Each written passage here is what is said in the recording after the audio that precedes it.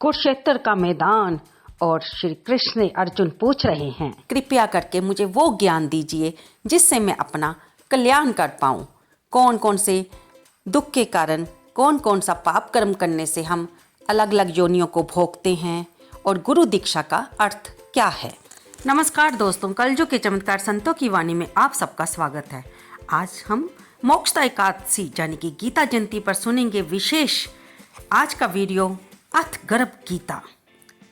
सभी जानते हैं कि भगवान श्री कृष्ण जी ने गीता का उपदेश अर्जुन को कुरुक्षेत्र के मैदान में दिया था। गर्भ गीता गीता का सार ही है। आइए सुनते हैं। भगवान श्री कृष्ण जी का वचन है कि जो प्राणी इस गर्भ गीता का सद्भावना से विचार मनन करता है वह पुरुष फिर गर्भवास में नहीं आता है। अर्जुन बोलते हैं, हे कृष्ण भगवान, ये प्राणी जो गर्भ विषय आता है सो किस दोष को करके आता है। हे प्रभु, जब ये जन्मता है तब इसको जरा आदि रोग लगते हैं, फिर मृत्यु होती है। हे स्वामी, वह कौन सा कर्म है जिसके करने से जन्म मरण से रहित हो जाए। श्री भगवानोवाच, हे अर्जुन, ये मनुष्य जो है सो अंधा मूर्ख है और संसार के साथ प्रीति करता है। ये पदार्थ मैंने पाया है और वह मैं पाऊंगा, ऐसी चिंता इस प्राणी के मन से उतरती नहीं। आहट पैर माया को ही मांगता है। इन बातों को लेकर ही वह बार बार जमता और मरता है। वह गर्भ विषय दुख पाता रहता है। अर्जुनोवाच, हे श्री कृष्ण भगवान, ये मन हाथी की तरह है। तृष्णा इसकी शक्ति है। ये मन तो 5 के वश में है, काम, क्रोध, लोभ, मोह और अंधकार। इन पांचों में अहंकार बहुत बली है। सो कौन सा जतन किए जिससे मन वश में हो जाए। श्री भगवान बोले, हे अर्जुन, ये मन निश्चय ही हाथी की तरह है। तृष्णा इसकी शक्ति है। मन 5 के वश में है, अहंकार इनमें श्रेष्ठ है। हे अर्जुन, हाथी जैसे अंकुश के वश में होता है वैसे ही मन रूपी हाथी को वश करने के लिए ज्ञान रूपी अंकुश है। अहंकार करने से ये जीवन नरक में पड़ता है। तब अर्जुन बोले, हे भगवान, जो एक तुम्हारे नाम के लिए वन वन में फिरते हैं, कोई वैरागी हुआ है, कोई धर्म का कार्य करता है, इनको कैसे जाने। ये वैष्णव है, वे कौन हैं। श्री भगवान बोले, हे अर्जुन, मेरे ही नामों के लिए लोग वनों में फिरते हैं और वो सन्यासी कहलाते हैं। जो सिर पर जटा बांधते हैं, अंग पर भस्म लगाते हैं, उनमें हम नहीं हैं, क्योंकि इनमें अहंकार है। इससे मेरा दर्शन दुर्लभ है। अर्जुन बोले, हे भगवान, वह कौन सा पाप है जिससे स्त्री की मृत्यु हो जाती है, और वह कौन सा पाप है जिससे पुत्र मर जाते हैं, और नपुंसक कौन से पाप से होते हैं। तब श्री भगवान बोले, अर्जुन, जो किसी से कर्जा लेता और देता नहीं, इस पाप से औरत मरती है। और जो किसी की अमानत रखी हुई पचा लेता है उसके पुत्र मर जाते हैं। जो किसी का कार्य किसी के गोचर आई पड़े और वह जबानी कहे कि मैं तेरा कार्य सबसे पहले कर दूंगा, लेकिन समय आने पर वह ना कर पाए या ना करे, इस पाप से नपुंसक होता है। ये बड़े पाप कहलाते हैं। अर्जुन बोले, हे भगवान, कौन सा पाप करने से मनुष्य सदैव रोगी रहता है। किस पाप से गधे का जन्म होता है, किस पाप से स्त्री का जन्म और टट्टू का जन्म होता है, और बिल्ली का जन्म किस कारण से होता है। तब भगवान श्री कृष्ण बोले, अर्जुन, जो भी मनुष्य कन्या दान करते हैं और इस दान में मूल्य लेते हैं वे दोषी हैं। वे मनुष्य सदा रोगी रहते हैं। जो विषय विकार के वास्ते मदिरा पान करते हैं वे टट्टू का जन्म अर्थात गधे का जन्म पाते हैं, और जो झूठी गवाही भरते हैं वह औरत का जन्म पाते हैं। जो रसोई बनाकर पहले आप भोजन कर लेती है और पीछे परमेश्वर को अर्घ्य दान करती है वह बिल्ली का जन्म पाती है। जो मनुष्य अपनी झूठी वस्तु दान करते हैं वे भी औरत का जन्म पाते हैं, वे गुलाम औरतें बनती हैं। तब अर्जुन बोले, हे भगवान, कई मनुष्यों को आपने स्वर्ण दिया, उन्होंने कौन सा ऐसा पुण्य किया था। कईयों को आपने हाथी घोड़ा रथ दिए हैं, उन्होंने कौन सा पुण्य किया था। तब भगवान श्री कृष्ण बोले, हे अर्जुन, जिन्होंने सोने का दान किया है उनको हाथी घोड़े वाहन मिलते हैं। जो परमेश्वर के निमित्त कन्या दान करते हैं वे पुरुष का जन्म पाते हैं। तब अर्जुन बोले, हे भगवान, जिन पुरुषों के अंदर विचित्र शरीर है उन्होंने कौन सा पुण्य किया है। किसी किसी के घर में संपत्ति है, कोई विद्यावान है, उन्होंने कौन सा पुण्य किया है। तब भगवान श्री कृष्ण बोले, हे अर्जुन, जिन्होंने अन्न दान किया है उनका सुंदर स्वरूप है, जिन्होंने विद्या का दान किया है वह विद्यावान होते हैं, जिन्होंने संतों की सेवा की है वह पुत्रवान होते हैं। तब अर्जुन बोले, हे भगवान, किसी को धन से प्रीति है, कोई स्त्रियों से प्रीति करता है, इसका क्या कारण है? तब भगवान श्री कृष्ण बोले, अर्जुन, धन और स्त्री सब नाश रूप है, मेरी भक्ति का नाश नहीं है। अर्जुन बोले, हे भगवान, ये राज पाठ किस धर्म के करने से मिलता है? विद्या कौन से धर्म करने से मिलती है?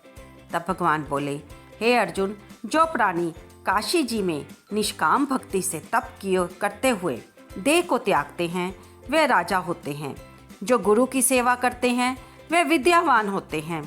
अर्जुन बोले, हे भगवान, किसी को धन अचानक बिना किसी परिश्रम के मिल जाता है तो उन्होंने कौन सा पुण्य किया है? तब भगवान बोले, अर्जुन, जिन्होंने गुप्त दान किया है उनको धन अचानक मिलता है, जिसने परमेश्वर अर्थ प्राय कार्य संवारा है वह मनुष्य रोग से रहित होते हैं।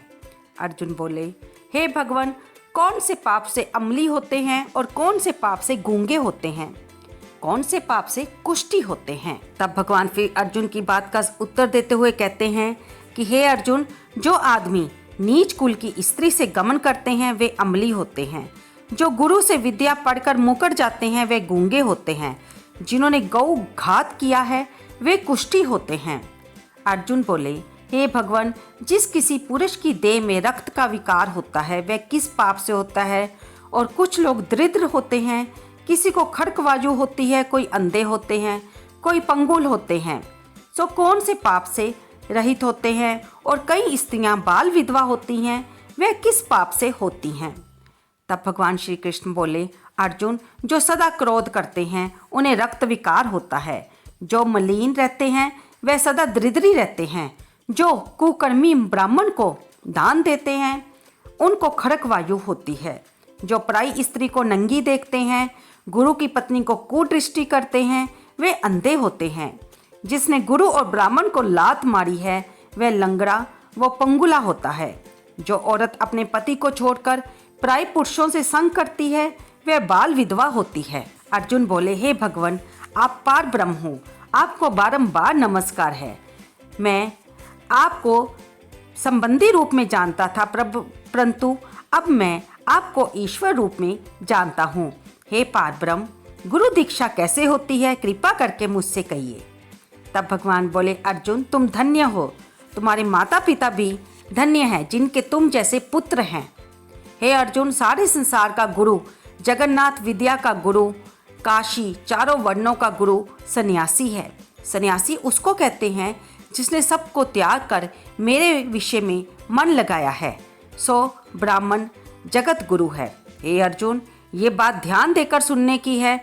गुरु कैसा करे? जिसने सब इंद्रियां जीती हों, जिसको सब संसार ईश्वरमय नजर आता हो, जो सब जगत से उदास हो, ऐसा गुरु करना चाहिए जो परमेश्वर को जानता हो और उस गुरु की पूजा सब तरह से करे।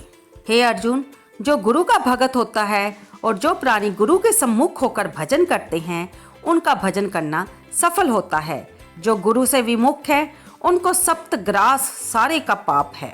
गुरु से विमुख प्राणी दर्शन करने के योग्य भी नहीं होता। जो गृहस्थी संसार में गुरु के बिना है वह चंडाल के समान है।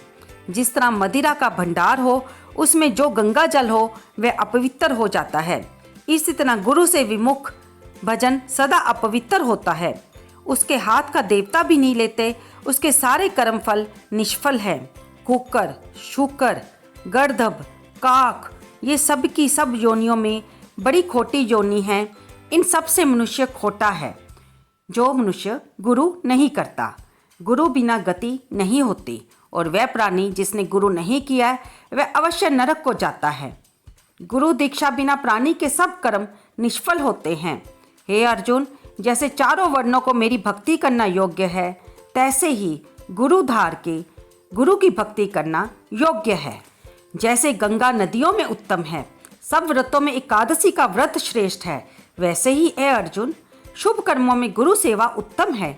गुरु दीक्षा बिना प्राणी पशु जोनि पाता है। जो धर्म भी करता है सो पशु जोनि में फल भोगता है। जो 84 में भ्रमता रहता है। अर्जुन बोले, हे श्री कृष्ण भगवान, गुरु दीक्षा क्या वस्तु है? तब भगवान ने अर्जुन के प्रश्न का उत्तर दिया कि तू धन्य है जिसने ये प्रश्न किया है। गुरु दीक्षा के 2 अक्षर हैं, हरि ओम। इन अक्षरों को गुरु कहता है।